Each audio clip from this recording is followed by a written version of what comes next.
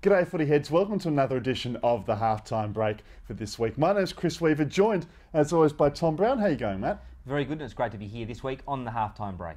Now we've got a message in the inbox this week. Derek from Sunshine wants to know if Nathan Buckley has any chance to coach at Port Adelaide next year. As he points out, Mark Williams, quite erratic at the moment and doesn't look like it's going to be him in charge at Alberton in 2010.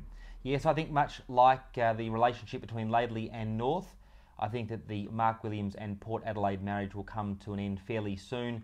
It just doesn't seem like they're doing much for each other, really. And I don't think it'll be Nathan Buckley that'll go to Port. I think it'll be Damien Hardwick. But we appreciate the emails. And what are your thoughts, Chris? Yeah, I don't think Buckley will go to Port Adelaide. I still think that North Melbourne are in the mix for him, but more of that later on in this episode. Some big news today, Tom, regarding stadiums with Mike Fitzpatrick, the AFL head commissioner. There certainly is. The AFL currently play 4 games at the ANZ Stadium. With the introduction of Western Sydney, the AFL will enter into a new user agreement with the stadium, and it's been revealed tonight that Mike Fitzpatrick's family interests will take an interest in the ANZ Stadium through a commercial transaction that's occurred this week. Mike Fitzpatrick has got on the front foot this evening. He's clarified the fact that it's a family investment and confirmed that he wouldn't vote or receive papers, if you like, in relation to the AFL's dealings with ANZ Stadium. A bit of a perceived conflict of interest there, you'd think, but watch this space, because conflicts of interest and stadium deals, we're not alleging there are any here in this instance, of course, are just continue to be a big issue in football, and it's hard to believe in some respects that the chairman of the commission could have a financial interest in one of the stadiums, but of course if he distances himself, then it might be okay, Chris. Well, conflicts of interest have been an issue with the Commission in the past. We think back to Ron Evans and Spotless Catering getting catering rights at stadiums in Victoria. That was an issue a few years ago, and about the profits which were going back to him and his company. And finally this week, Michael O'Loughlin has announced his retirement. 293 games he's played for the Sydney Swans. He'll retire at the end of the season, and he should be able to get to 300 games. Tom, I think on behalf of both of us, we wish him the best of luck for the future. He's certainly a draw card for the Swans. They'll miss him. He, of course, won the premiership for the Swans in 2005. He's a great player. It's great that he's going to get to 300 games, and you couldn't ask for any more than that in a career. He's just an absolute draw card of the game and a really distinguished player, and good luck to him. Yeah, injuries have started to dull a bit of his magic in recent times, but it's been a wonderful career for Mickey O, and he will go out a premiership player at the Sydney Swans and also their games record holder. Rising fast this week, who have you got, mate? My rising fast this week is Collingwood. They find themselves fourth on the ladder. They've incidentally won 4 of their last games. They've won 10 of their last 12 games on the road. They'll benefit, I think, this week from the inclusion of Medhurst to come back into the team. There's plenty to look forward to for Collingwood fans going into the second half of the season. Their win against Sydney was really encouraging on Saturday night. And this weekend, they've got Fremantle at the MCG on Saturday afternoon. So that should be a ripper, Chris. Yeah, well, my rising fast, funnily enough, concerns their opponents for this weekend. It's the Fremantle Rookies. 3 players from last year's rookie draft were selected by Fremantle in their game against Geelong, 2 of whom, Greg Broughton and Matthew De Boer, had very good games indeed. De Boer's doing well in a run-with role. He often gets to play on some of the best midfielders and is doing a good job in negating their influence. Broughton, meantime, 29 disposals and a very good medium defender in the making. And just on that point as well, the Fremantle chairman has come out today in the Herald Sun and said that it looks like that Mark Harvey will get a contract extension beyond 2010. So if there was any speculation, Chris, that Mark Harvey could be in trouble over there at Fremantle. Obviously, Dean Laidley has links to the West.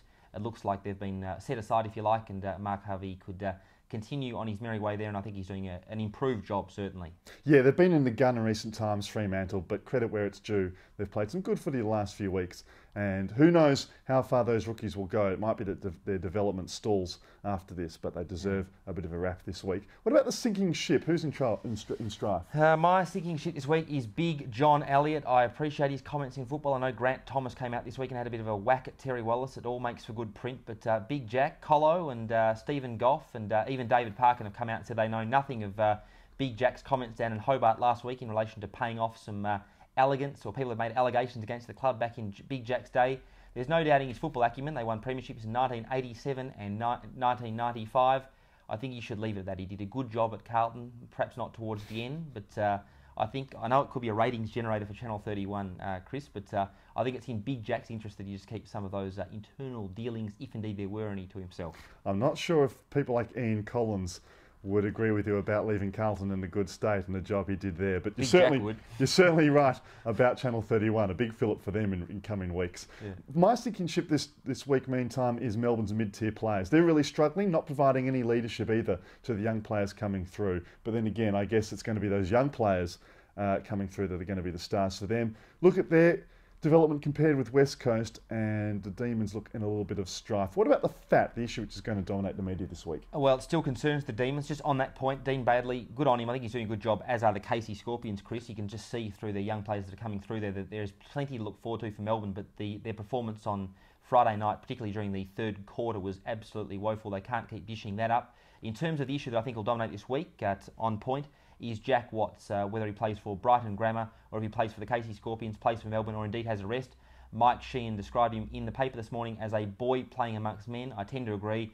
No doubt he'll be a great player. I think everyone agrees with that at this stage. But I think that Big Jack, he's drawn the crowd, Chris, on the Queen's birthday weekend. Give him a rest, have a few weeks off, and perhaps he could do a bit of study. I'm sure he's doing plenty of that, and I think that'll just continue to attract attention in the media because it's just such a topical issue, particularly having regard to when people are getting drafted these days, Chris. He's not quite Big Jack enough at the moment, but look out for him when he's 24 or 25. Match of the week, finally. Who have you got? This weekend, I'm really looking forward to this Friday night's contest, Chris, between Carlton and Essendon. Carlton, of course, are 7th on the ladder. The Bombers find themselves in 8th. Both sides are vying for a position down in probably that lower part of the ladder. I'm looking forward to seeing Lloyd and the big Frivola in action, of course.